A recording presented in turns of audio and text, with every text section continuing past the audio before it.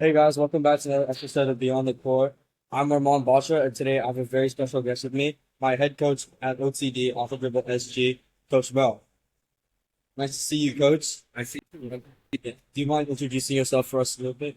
Sure, Coach Mell, born and raised in Sacramento, California. Played basketball my whole life. Played in Europe, all over Europe, living out here in Southeast Asia. And now transitioned from playing professional basketball into the sports world. Out here in Singapore for 13 years. Yeah. Pretty cool, pretty cool. So I want to start at the beginning, right? So how did you first get into basketball when you were living in the US? That's a great question. I got into playing basketball, honestly, by watching basketball. I was a kid, and we fell in love with it, watching people on the outdoor courts playing on the playground playing.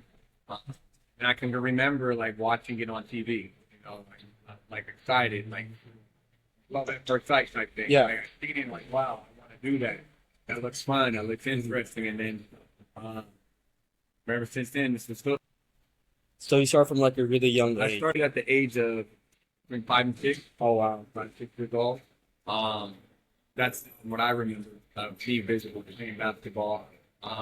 But as playing competitively, I would say when I was in second grade. Oh, okay. So what was your biggest influence growing up in that sort of, that basketball aspect? Because obviously playing in Sacramento is really hard, and you made it out, and you actually managed to play professional. So, what was your biggest influence growing up? So, like kind of like derive that mindset of like, I want to do this, and I'm going to do this. I think the drive came from myself. Um, I wanted to, like you said, I wanted to get out of Sacramento. Yeah. Not saying Sacramento is not a place that is a bad. It is a bad place, Yeah. but for me, it's more like I just wanted. I knew there was something more out there. I didn't want to just be the typical person that I always see people in my neighborhood, Yeah. kids or just people that were older than me, always just coming back home. So we had some people from my neighborhood that actually went to college. They would be like, come back home, and you hear those excuses. I won't say excuses, but I thought they were excuses in the sense of that. They were like, I came back home, oh, the coach didn't like me, or oh, I wasn't getting enough playing time. So I didn't want to be one of those people that made excuses. So of course, one reason was to get out. Yeah. Two, I wanted to take basketball serious, and so I was going to make there was no plan B was to make plan A work. Okay. So that was it, and but inspired me to play basketball, like you were saying. And of course, when watching Michael Jordan, the Yeah. biggest thing for me. Growing up means everything. Yeah. So, was the goal always to make the NBA? Was that plan A? Always. I mean, plan A was always to make the NBA. I think that's every kid, at least in my generation. We all would strive to either would play whatever sports you're trying to do, right? You want to play American football, you want to make the NFL. For me, yes, I wanted to make the NBA. But I was always very real too with myself and honest. Like I knew I could do it, but then I also was like, like I tell you guys, my generation, I'm watching Allen Iverson as a kid. Yeah. Not talking about in the NBA, I'm talking about in college. Yeah. I'm watching Ray Allen in college. I'm watching Paul Pierce in college. So I'm seeing these guys and looking at them on TV. I'm like, I'm not nowhere near that. And like, Yeah. I may be good, but I'm not. That's great. I can identify who was an NBA prospect at a young age and where I needed to work on and stuff. So I always had the goal and to want to make it to the NBA, but I also knew that I wanted to at least be able to play basketball as long as I could. Okay. So, when was that like specific moment? Was that after high school where you realized that, oh, I'm not gonna be like these guys? And what did that moment feel like for you? It took a while, I'll say this, man. I think I was good to make it. I'm not gonna say I was gonna be some superstar or anything. I don't think I was like that. I think I could have been a role player or one of those guys on the bench. I'm a realist, like I mean, certain I'm getting paid millions. I'm in the NBA. I'm sitting on the bench. But I think for me, it was very, like I said, I had a different path in the sense that because I went to junior college first. Yeah. And when I went to my junior college, I had no idea really about overseas basketball. Okay. I didn't really understand about overseas basketball until I went to my university, Cal Baptist University. And my teammate, Pete Rodniak, who's a professional shooting coach. Now, he was the first person. You know, we had our team practice, and he was all like, "Hey, man, you're good." And I'm just thinking he's being Yeah. nice as a teammate. Like, yeah, thanks, bro, I appreciate it. You're cool too. Like he was saying it in a way like, "No, like you can play and make money." Yeah, he kept saying it to me. I'm like, "All right, bro, thanks, I'm good. All right, cool, I appreciate it." But he's like, "No, you can get paid." And I'm like, "What do you mean? What do you get paid?" Yeah. And then he explained it to me. So you got to understand, for me, coming from America, it's like NBA or bust, right? Yeah. Until you get into those rounds and those doors where people start talking to you about, hey, you can play professional basketball. And I didn't know there was a overseas life like that. Yeah. So, yeah. So now I want to like transition more into like the overseas life. So what brought you to Singapore? So actually, I was playing professional basketball in Germany. I played in Germany twice. So I was in my second stint there. I went my first year, then I took like a year break. Yeah. And then I went back again. And when I was out there playing, I didn't really have an agent. Yeah. 'Cause I had a situation where I didn't trust agents, so I would represent myself. But I was always cool with people that were agents, or they were always people would look out for me, right? Yeah. And I had this one guy, and he was like, "Hey, I know somebody out in Singapore. They're making this new league. I think it'd be great for it. Would you go?" And I'm like, "Yeah, if the money's right, of course I'll go. You Yeah. know, of course Sure. I got to make a living for myself." And he told me the details, and yeah. And granted, luckily my teammate was one of my close friends. He went to Singapore. He came and visited, Oh wow. and he was a German guy. And he was all like, he said, "Hey," I'm like, "Oh, they're talking about this place in Singapore. I don't know what the hell that is. Like, what's up with that?" He's all like, "Oh, you'll love it there. They're gonna love you. Just dunk. You'll be good." And I'm Oh, like, "All right." Yeah. So, he kind of gave me a little insight. I Googled and stuff and researched it. It was a little scary at first coming out Yeah. here because, like, you don't know, right? Yeah, I never for sure, heard for of sure. Singapore. You've been now living here, but, like, at the time, where it's a little dot, right? Yeah. So, it was a little nervous and scary at the time. I guess it was, it didn't hit me until I went to China. Oh wow. My layover was in China. Yeah. And I still didn't believe it until I seen, the writing. Oh yeah. So I'm like, okay, I'm gonna do. Must have been like an insane switch up. It was, in the United States. it was a surreal moment, but snapped out of that quick and like back to business. Yeah. So obviously when you got to Singapore, you played a little bit of professional basketball here, right? And then now obviously you have OTD, your Right. own club. So talk to me about why you wanted to start OTD and how that really began. So when I was playing right at the time, I was training kids, playing. It was getting a little too much in a sense. It was like a tug of war, right? Yeah. I want to play, but I want to train. I want to help kids. I want to play. I'm still active. I'm still able to do it, but I want to help kids out, right? And one thing about me, I was always in the mindset of like sports. There's a cap off, right? There's a limit to when you're gonna be able to play this game, Yeah. right? So I was always thinking in the mindset where there's gonna eventually be a time where I'm not gonna be able to play professionally, right? And I'm gonna have to transition to something. So I guess for me, it was like I was kind of already in that phase. Even though I could still play, but it was just getting a little draining of like I'll fly out to maybe Indonesia, go play a game, and then fly back here, train the kids and stuff like that. So it was getting a little tiring on the body. No. And so I just like transitioned to it with I guess you could say I didn't really fully transition. Kind of, I guess you could say, until COVID. Oh, Because okay. even with that, right, I would still do it, right? 'Cause, Yeah. like it's just I wasn't what I was doing at the time. I wasn't just playing in a league anymore. So I would play in just big tournaments. So like maybe a team from Indonesia or Malaysia will call me and be like, "Hey Mel, we got a tournament for these 3 days. Could you come?" All right, then I'll come out there and do it, and then come back to my coaching the kids. Okay. So initially coaching was sort of like a plan B or like a transition from playing professional. Yes. So, but was there a moment where you actually like when you were coaching when you truly fell in love with coaching? You realized, yeah, you know what? I actually want to coach now. That's a good question. I guess for me, I never really see myself as a coach. Yeah. Right. Even now, when you guys like Coach Mell and stuff, I don't really see myself as a coach. Yeah. I just see myself, I guess, as like a teacher in a way, right? A mentor. A mentor, like, cause I would say like, yeah, that would be the great terminology, a mentor, a big brother type thing. It's like, yeah, I am a leader of young men, but I don't feel like coaching wasn't my passion, right? Yeah. And that's something I wasn't trying to do. I coach because I know the game. I coach. I guess if you want to say anything, my coaching roots come from my dad. Yeah. Because he was a coach. Coach high school. Coach very successful high school prominent teams in Sacramento. Made term programs that were not so good into top class programs now, and I guess that's where the coaching comes in. I learned from my dad, watched him, study him and stuff. But Did he ever coach you? yes, Oh, you did? my dad coached me, and that was a tough thing. wow. It was tough. He coached me my sophomore, junior, and senior year.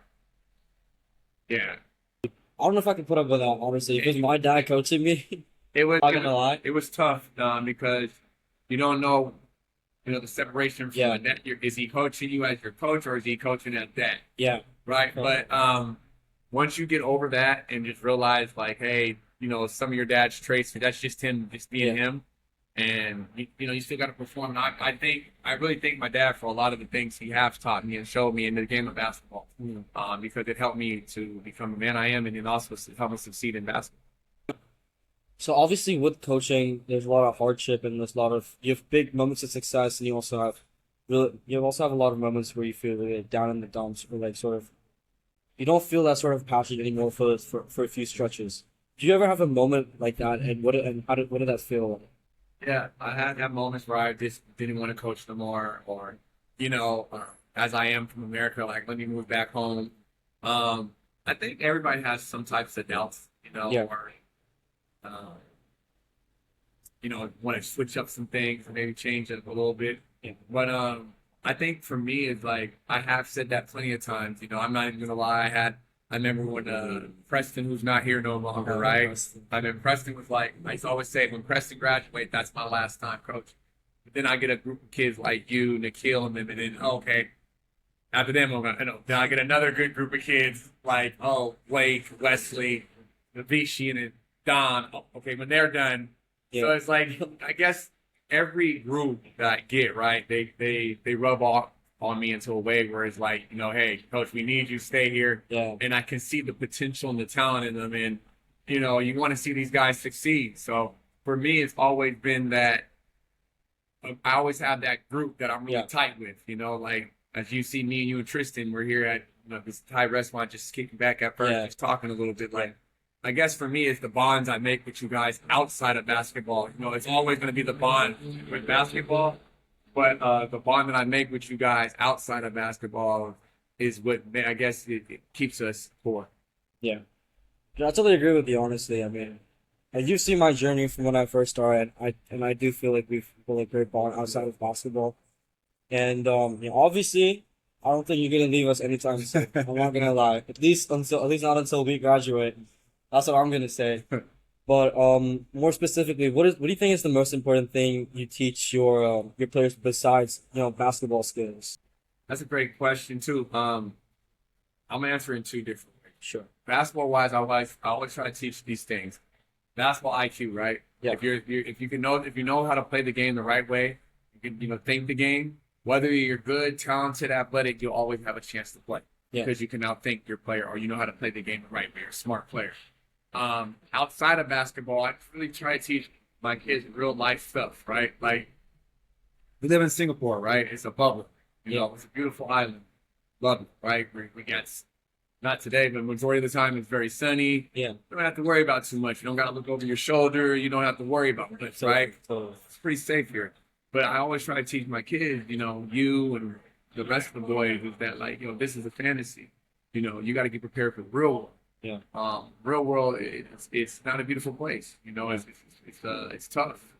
And I think sometimes us living here hinders the kids, right? Because we're so used to this. It's so beautiful, and we're so used to being pampered and coddled here. Yeah. When you get out to that real world, and what you may say here could be a joke. What you say over there, it can go left or right.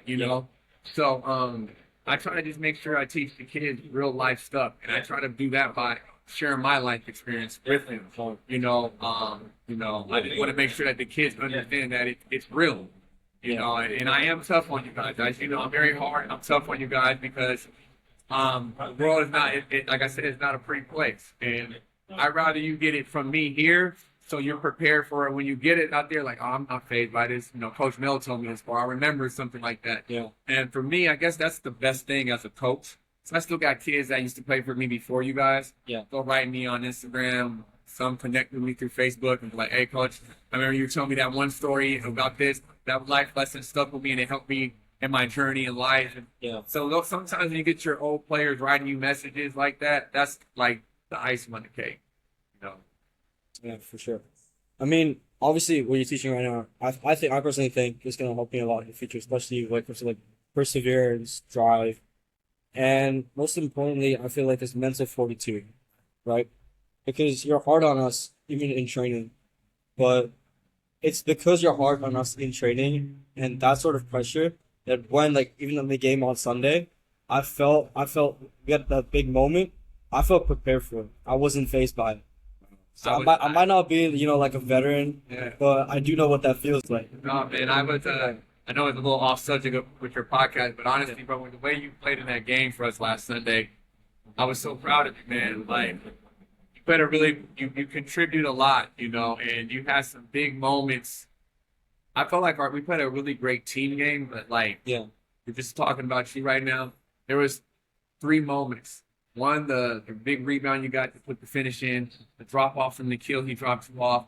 And then one, you missed the layup, but the way you reacted to after you missed by diving on that ground and snatching the ball back, giving us another possession, that was really huge because at that time it was like a pivotal moment. Yeah. And we were making a run. And just to see you just react quickly, like you said, wasn't fazed by the moment. I made a mistake, let me go make up for it. And it was just instant, right? Old you probably would have made a mistake and then, put your hands in your face and like, oh man, and stood there and then head down, but reacted. And then it was big for us. Thank you. I feel like obviously it's an accumulation of what we did like the past 2 years, right? It's all had like an impact on me in a way where I can have these moments and just not be fazed by it because I know that I'm better than this and I know that this is what our team needs. So I understand my role. Yeah. I understand what I have to do for the team. Right. So talking about our team, that was a great segue. Actually, I want to move on to our team. Actually, Okay. what was your favorite moment that you've had coaching our team? Man, I have so many moments, man. Maybe like 2 or 3 moments. That's a great question. Wow. One of my greatest moments is when we won IBTS. Oh yeah. I think that for me, personally, if anybody didn't know, we got banded from the other league. There was a league out here, we got banded. And that's politics stuff about basketball. But for the reason I really liked it, the IBS win for us was just because I felt like it was our coming out party to let people know that we're really here. We're really that. Okay, just because we're not playing against you guys, we're playing against some teams, but we're not playing enough teams in that league. Yeah. And, I know some people think what they want to think, but it let people know that we're about that life. Yeah. And we're with all the action, we're with all the activity, we're with all the smoke. And we show the world. We show people here in Singapore that we're about that. So that was one of my favorite moments because, like I said, it showed the world of Singapore about that. And I guess my other moment would be, man, what's another great moment? I don't know, man.